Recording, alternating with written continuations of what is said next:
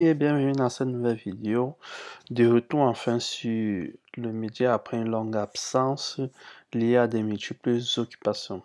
Alors dans la vidéo d'aujourd'hui, nous allons nous atteler à une thématique qui est le plus souvent rencontrée, une difficulté que je me suis rendu compte que la plupart de mes interlocuteurs me rapportaient comme problème et qui, ayant débuté un cycle d'études en Afrique, n'aimerait pas arriver sur le territoire et se voir recommencer complètement à zéro. Alors, dans la vidéo d'aujourd'hui, vous l'aurez peut-être deviné, nous allons parler de l'évaluation comparative des diplômes obtenus à l'extérieur du Québec. Alors, si toi qui m'écoutes, jeune Africain, tu es dans ton pays d'origine, tu as débuté des études dans un domaine précis et tu entreprends à immigrer sur le sol canadien pour pouvoir poursuivre tes études et tu aimerais savoir à quel niveau, selon ton cursus effectué à l'extérieur du Québec, au niveau du Québec, on te classerait. La vidéo est clairement faite pour toi. Je te montrerai pas à pas comment réaliser une évaluation comparative de tes diplômes obtenus à l'extérieur du Québec afin de pouvoir mieux intégrer le cursus scolaire au niveau québécois. Mais avant de commencer, si c'est la première fois que tu me découvres au travers de cette chaîne, je me nomme William Chakam et sur cette plateforme, nous parlons particulièrement d'immigration, d'études et d'investissement. Mais de prime abord, nous sommes plus focalisés sur l'immigration et les études et plus tard, nous parlons des différentes possibilités d'investissement qui se trouvent sur le territoire canadien. Alors, si ce sont des thématiques qui t'intéressent, nous t'invitons à faire juste trois choses. Premièrement, tu t'abonnes. Ensuite, tu likes et tu partages au maximum.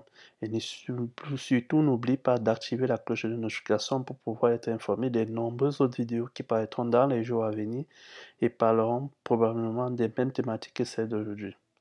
Alors, sans plus tarder, nous allons entrer dans le vif du sujet. Si nous sommes tous face à nos écrans, on va juste aller dans notre moteur de recherche, Google.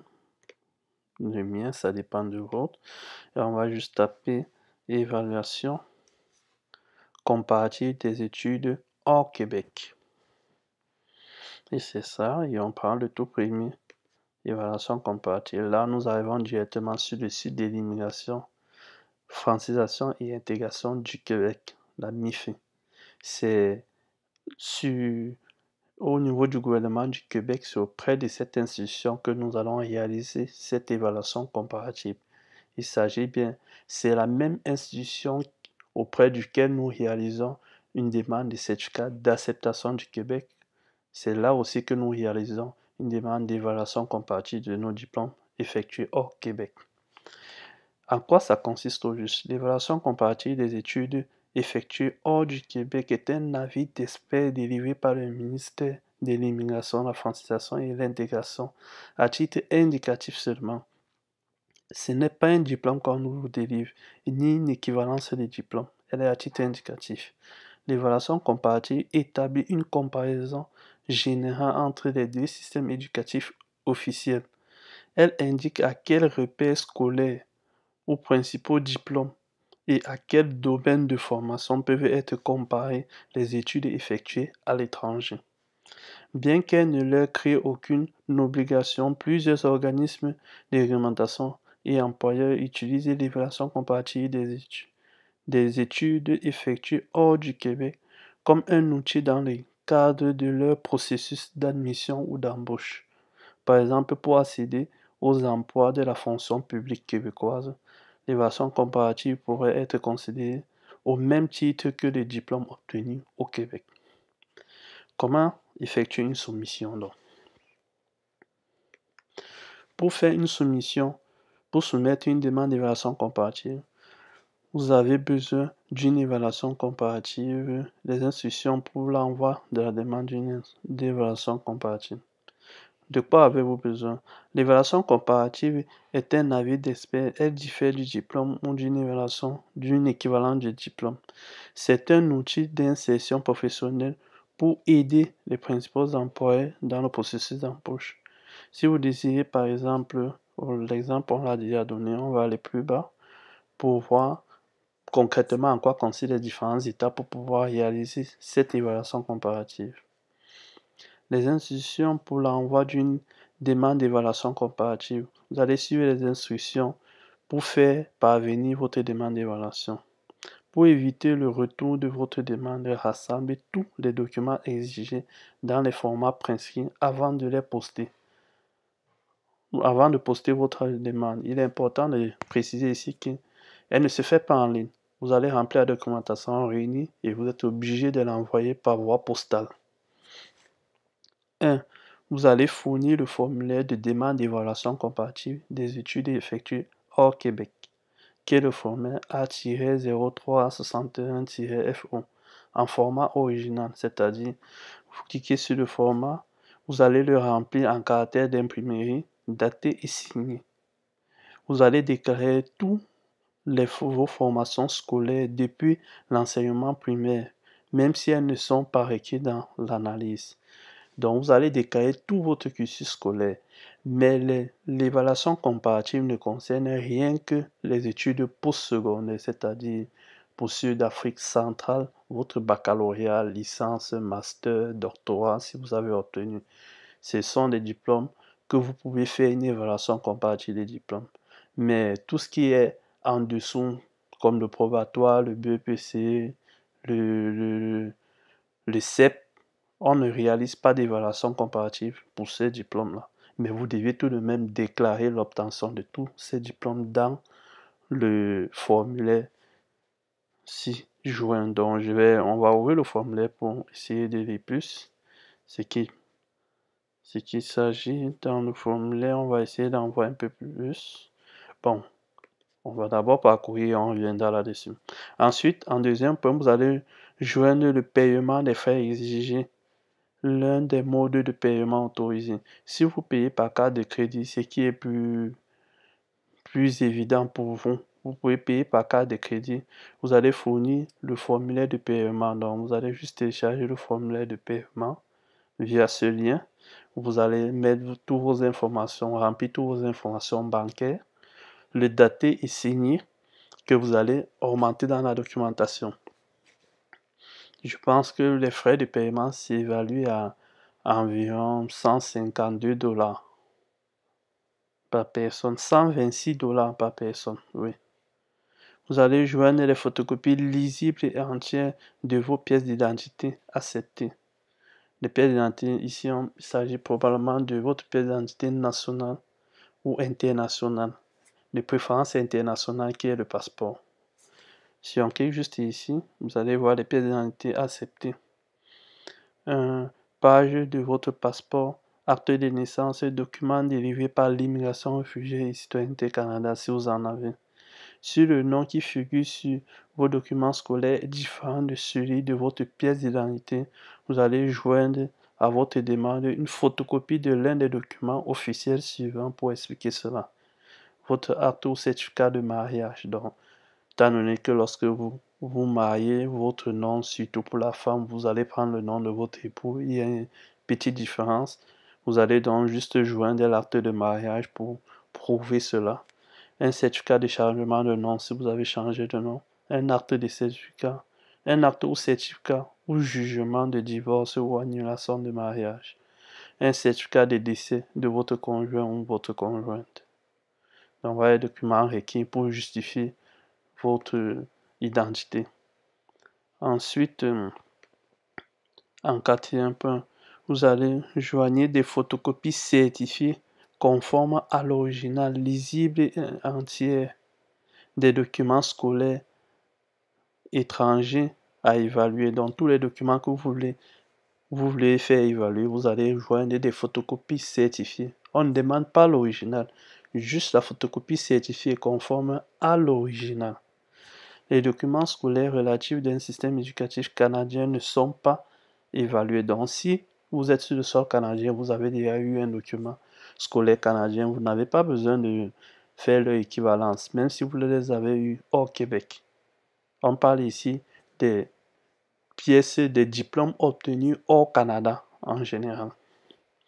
Fournissez des copies certifiées et conformes par une autorité reconnue du pays ou du territoire où vous êtes responsable, où vous avez fait votre formation. Pour savoir donc les autorités reconnues, on va juste cliquer dessus. Vous venez ici, vous inscrivez juste le pays. Par exemple, je vais prendre le cas du Cameroun. On va juste choisir le Cameroun. Il est où? Il est où? Le Cameroun, il est là. Et on va aller sur Aller. Ça va vous donner les pistes en ce qui concerne le Cameroun. Il est là. L'équipe, quelles sont les autorités capables de certifier? Parmi les autorités reconnues pour certifier la conformité des documents camerounais, il y a pour les études, formation et stage, l'émetteur du document. L'émetteur, c'est vous-même. Donc, vous-même, vous avez autorité de certifier ces photocopies pour pouvoir attester de leur conformité. Il y a une administration locale ou régionale qui peut le faire. Remarque, la copie certifiée conforme par l'émetteur du document est toujours le format privilégié. Notez bien que la vérification et l'exactitude des renseignements que vous avez fournis exigent un délai de traitement. Ce délai peut être plus court si vous déposez des copies certifiées conformes par l'émetteur, donc par vous-même. Donc, il est plus préférable que vous-même vous certifiez ces documents-là. Ça rend le délai de traitement plus court.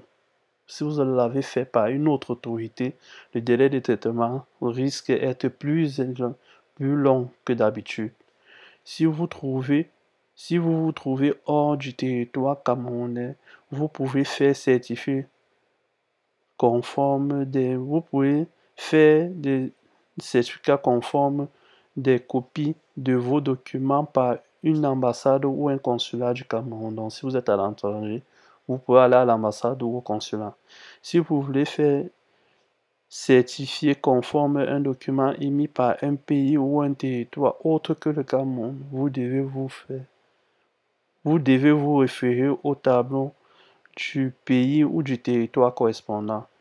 Si vous êtes Camerounais et vous avez eu vos documents par une autre autorité dans un autre pays, par exemple, vous avez étudié au Congo, par exemple, vous avez eu vos diplômes au Congo, vous allez vous référer plutôt aux personnes autorisées à faire certifier un document selon la législation congolaise.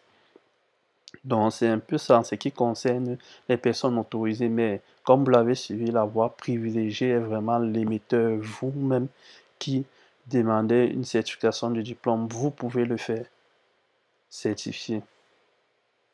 On va revenir aux différentes étapes. Après avoir joint des certificats, des photocopies certifiées, on va passer à la 5e étape qui est facultative. Si vous souhaitez qu'une mention de vos langues de scolarité figurent sur l'évaluation comparative pour chaque formation, joignez une attestation originale datée, signée et estampillée par votre établissement d'enseignement ou les autorités responsables du système éducatif qui précisait quelle était la langue d'enseignement principale. Donc, c'est important. Si par exemple vous avez étudié dans une autre langue, vous êtes dans un pays qui parle une autre langue, mais vous l'avez étudié en français, il est important de mettre cette option-ci. La 6e étape, joignez les traductions en format original de vos documents rédigés dans une langue autre que le français ou l'anglais, car les deux langues reconnues au Canada, c'est le français et l'anglais, y compris des sceaux ou des mentions des certificats d'un document. Fournissez les traductions effectuées par un traducteur reconnu. Donc, si vous avez étudié dans une autre langue que l'anglais ou le français, il est important de fournir une traduction des diplômes. Placez chaque traduction au-dessus du document traduit. En 8e étape, vous allez placer chaque diplôme au-dessus du relevé de notes qui lui est associé. Vous allez placer chaque diplôme au-dessus du relevé de notes qui lui est associé. Facultatif. Si vous souhaitez que vos langues de scolarisation figurent sur l'évaluation comparative, placez chaque attestation de la langue d'enseignement principal au-dessus des documents scolaires associés. En 10e étape, si vous mandatez quelqu'un pour vous représenter, joignez une procuration du document rempli en format original si vous avez mandaté quelqu'un. Et en dernière étape, vous allez le poster votre demande d'évaluation comparative à la direction d'enregistrement et d'évaluation comparative qui est la MIFI dans le ministère de l'Immigration, la francisation et l'intégration du Québec. Là, on va revenir sur le formulaire en question. Le formulaire en question, il est là. On va un peu le parcourir pour mieux le comprendre. Voilà un peu comment il se présente le formulaire en question. Important la marche à suivre. Marche à suivre pour soumettre le formulaire, vous allez la remplir. Placer les documents et pièces justificatives dans l'ordre suivant. D'abord, le paiement des droits exigés, le formulaire dûment rempli, la partie liste des documents, soumettre dûment rempli et tous les documents et pièces justificatives par l'ordre indiqué dans la liste des documents. Donc, on met d'abord la feuille du paiement en premier lieu, ensuite le formulaire dûment rempli, qui est ce formulaire-ci. La liste des documents à soumettre, vous allez le mettre aussi, et tous les documents et pièces justificatives dans l'ordre indiqué. Et vous allez le poster à cette adresse. On va revenir là. Important, le ministère n'évalue pas les diplômes soumis concernant les études intermédiaires ou qui ne se comparent pas à un diplôme québécois. Copie conforme. Là, on revient encore sur les consignes. Et là, on est sur la première partie du formulaire. Renseignement préalable. Avez-vous déjà eu une évaluation comparative auprès du ministère? Si vous avez déjà eu à faire une évaluation comparative, vous mettez oui ou non. Renseignement sur votre identité, votre adresse, renseignement sur vos études. On précise les études primaires et secondaires. Vous allez préciser toutes les études primaires et secondaires, les diplômes obtenus, la durée, le pays, les périodes, vous allez les préciser. Il y a assez d'espace pour ça. Après les études primaires, on va passer aux études postsecondaires. Là, on était aux études primaires et secondaires dans la première partie. Là, on est aux études postsecondaires, c'est-à-dire supérieures, technologiques ou universitaires, les écoles de formation, les universités, les collèges. C'est là qu'on va le mettre. Collège ici à différencier collège québécois et collège au Cameroun. Collège, ce sont des institutions postsecondaires privées, différentes des lycées. Ce sont des institutions secondaires, pardon. Ce ne sont pas des institutions postsecondaires. Quand on parle de postsecondaire, c'est après le baccalauréat, qui est l'examen de fin d'études de notre secondaire. Vous allez lister les différentes études réalisées au postsecondaire. Et en fin de compte, présence d'un représentant. Si vous avez pris l'option d'un représentant, vous allez le cocher. Si vous avez pris, vous mettez oui et vous mettez son nom. Si vous n'avez pas pris, juste mettre un nom. Protection sur les renseignements. Déclaration. Ensuite, vous allez mettre en forme et vous mettez la ville, pays, la date auquel vous soumettez votre demande d'évaluation comparative et la signature du client, c'est important. Clause de consentement, vous allez le signer, c'est important. Demande d'évaluation comparative. Ici maintenant, vous allez juste cocher tous les documents que vous avez mis dans votre formulaire de demande. Vous allez juste cocher les différents documents. Premier document, oui, c'est le formulaire en question qui est lui qu'on remplit. Mandat de représentation. Si vous avez pris un représentant, vous le cochez. Pièce justificative que vous avez fourni. Page de votre passeport, les certificats, acte de naissance, tout ça, vous cochez.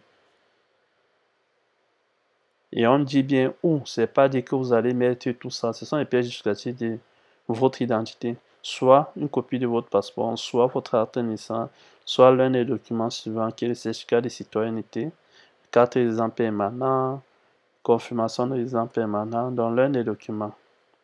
En cas de changement de nom, vous allez aussi fournir une pièce justificative du changement de nom. Si vous avez fourni, vous cochez. Ensuite, pour les études primaires, aucun document n'est demandé. Comme je vous l'ai mentionné plus haut, c'est sans objet. On ne fait pas d'évaluation des études primaires. on fait des évaluations pour les études secondaires et post-secondaires. Donc secondaire, votre bac.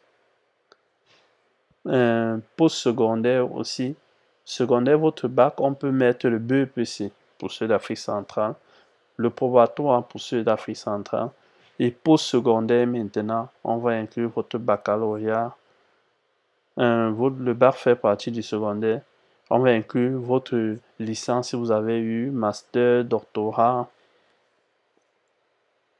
Ensuite, pour les études secondaires professionnelles, si vous avez eu à faire des écoles de formation professionnelle, les diplômes que vous avez obtenus, si vous avez mis, vous cochez.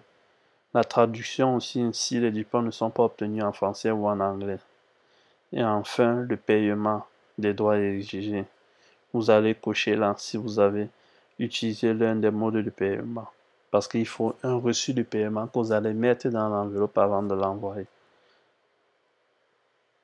Donc voilà les différentes étapes à parcourir pour pouvoir soumettre votre demande d'évaluation comparative des études effectuées hors Québec. Voilà en quelques mots ce que je voulais partager avec vous en ce jour. Si vous avez plus de questions, juste les mettre à commenter comme à l'habitude et je me ferai un plaisir de vous répondre dans les plus brefs délais. Sur ce, on va se dire à la prochaine vidéo. Ciao.